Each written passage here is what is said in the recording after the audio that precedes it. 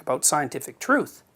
You know, the other thing that I've noticed about the rationalists or the empiricists, you know, they're sort of off in the same corner, is that they always make the assumption that if we transcend our historical religions, we'll no longer be religious, and what we will be is rational. It's like, I think, no, you're completely out of your cotton picking mind if you think that. It's like, well, how do you account for the emergence of New Age philosophy? It's like, if you want incoherent, just take a wander through that desert. It's like, you blow out these these carefully constructed historical frameworks.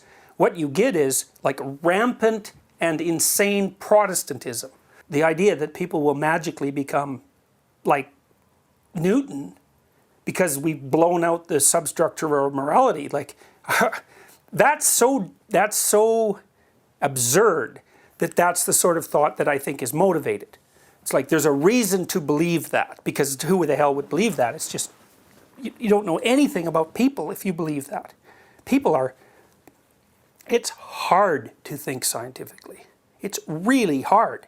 Here's a way of thinking too. You could think, you can reduce religion to sort of Darwinian principles and sort of destroy it that way, you know, or you can expand your notion of Darwinism so that it actually encompasses the genuine phenomena of religion. Man, that is way more interesting. But the problem is, it's also the reason that people won't read Jung. First, he's very difficult. Second, he is terrifying. It's terrifying to read Jung. So, well, because, I mean, no one thinks like he thought. Nobody thinks like that. I mean, his grasp of the development of ideas stretched over, like I said, 10,000 years. It puts the Enlightenment thinkers to shame. But if you start grappling seriously with the idea that ideas have people instead of people having ideas, that forces you to reevaluate the entire nature of your being. Because the other thing he asked is, which ideas have you? And where are they suggesting that you go? And like, that's like the Greek god idea, right? We're playthings of the gods. It's like, well, Dawkins already knows about memes. These are like meta memes. And so let's not be too incautious about who's in control here. So it's like, okay, well, you've developed a nihilistic philosophy that's predicated on rationalism. Fine. Why? Who's behind that precisely? You? It's like, yeah, right. No way. 1,000 other people wouldn't think exactly the same way if it was you. You're just in its grip. And what's it up to? It's up for the betterment of humanity. Sure, maybe.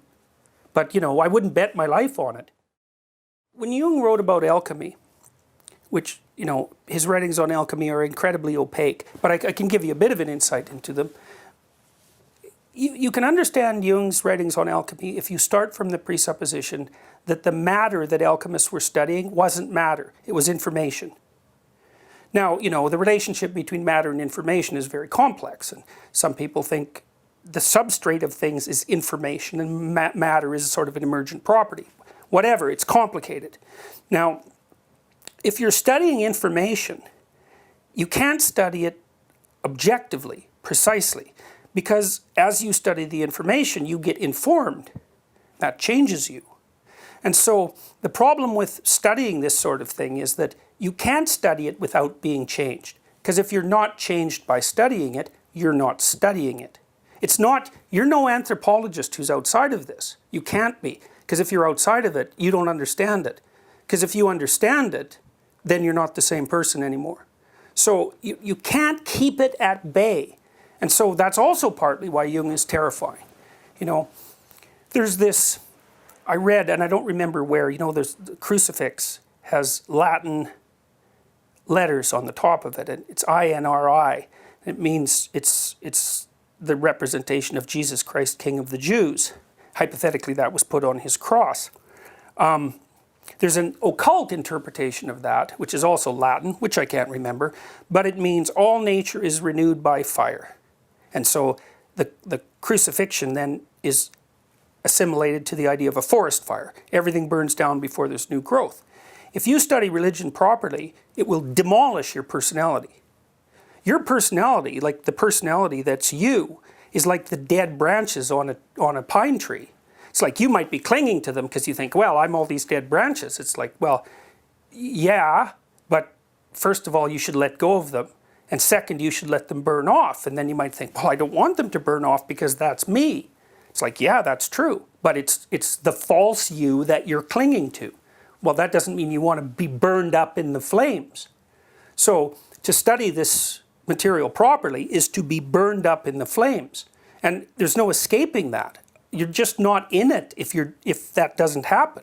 You don't get it. Like one of the things I realized when I started studying this was that virtually everything I said was a lie.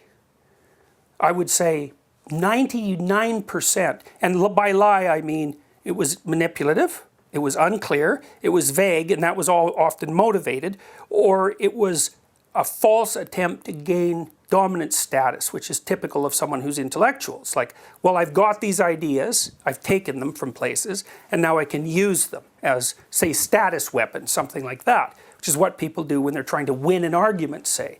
It's like, that's all lies. It's like, well, that's rough when it's 99% of what you say. First of all, the first thing you realize is how much you aren't. You're not Nietzsche. You know, you have your experience as your claim to reality, and it's often pretty thin.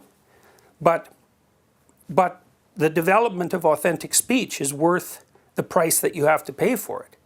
So, but you just can't stay detached from this. This isn't a phenomenon to study. It's like the basis of being.